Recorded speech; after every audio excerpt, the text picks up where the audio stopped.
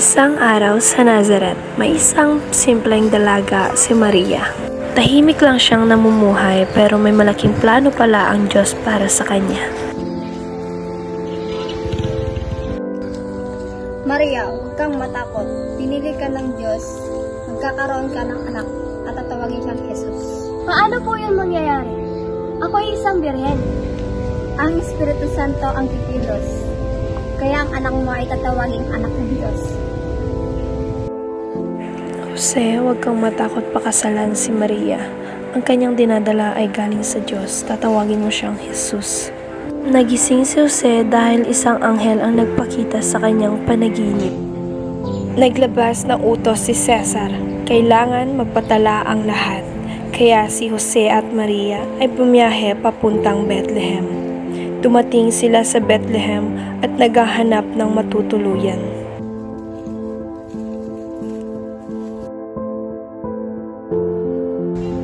Magandang gabi po. May kwarto po ba kayo? Pasensya na po, puno na. May bakante pa sa sabsaban, doon muna kayo. Doon mismo sa sabsaban, sa gitna ng katahimikan ng gabi, isinilang si Jesus. Binalot siya ni Maria ng lampin at inihiga sa dayami. Sa labas ng bayan, ang mga apostol ay nagtungo kay Jesus. Bitbit ang kanilang mga handog. Isinilang ang tagapagligtas at ito ang tanda ng isang sanggol na nababalot ng lampin na kaiga sa sabsaban.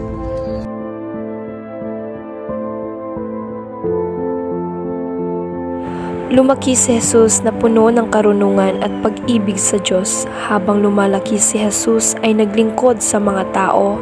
Itinuro niya ang pagmamahal, pananampalataya at kababaang loob. Bago ipinagkanulo si Jesus, nagsalo siya kasama ng kanyang mga alagad sa isang banal na hapunan. Doon niya ay pinaalala sa kanila ang kahalagan ng pag-ibig, paglilingkod at ang bagong tipan sa kanyang dugo. Ako'y labis na nananabik. Makasalo kayo ngayong gabi bago ako magdusa. Panginoon, bakit ganito ang iyong pananalita para bang may mangyayari? Ito ang aking katawan na inihandog ko para sa inyo. Gawin mo ito bilang pag-alala sa akin.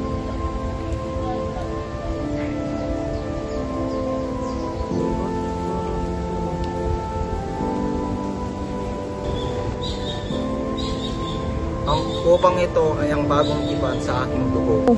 Ibubuhos ito para sa kapatawaran ng kasalanan. Kunin mo ito at paghati-hatian niyo.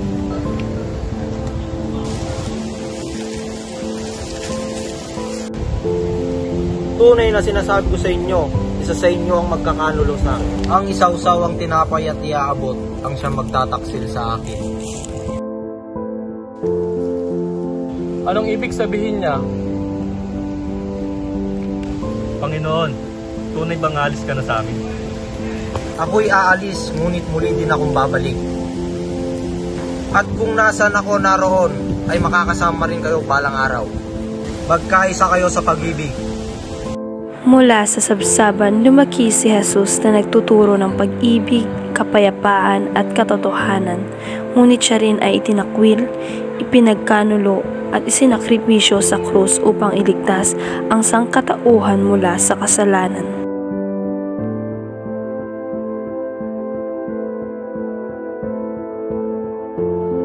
Walang sala ang tao na ito para parusahan. Siya ay nagpapanggap na hari. Anong gusto niyong gawin ko sa taong ito? Ipako sa krus! Ipako sa'yo!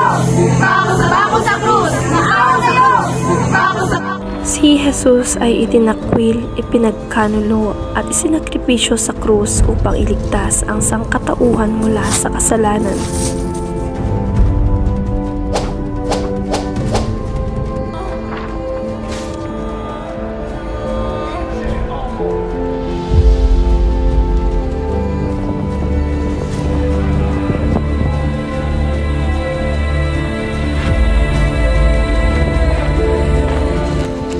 Nananangis po kami sa inyong Panginoon. Inumin niyo po ito.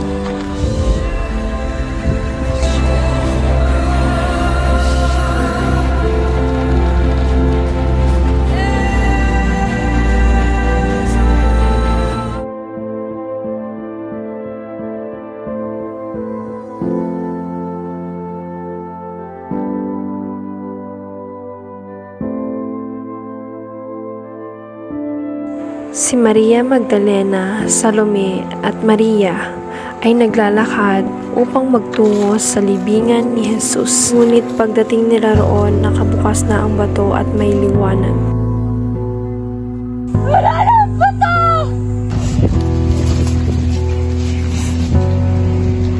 Wala na rin ang katawan. Pedro! Buhay siya! Buhay siya! Nakita ko si Jesus! Buhay siya! Maria!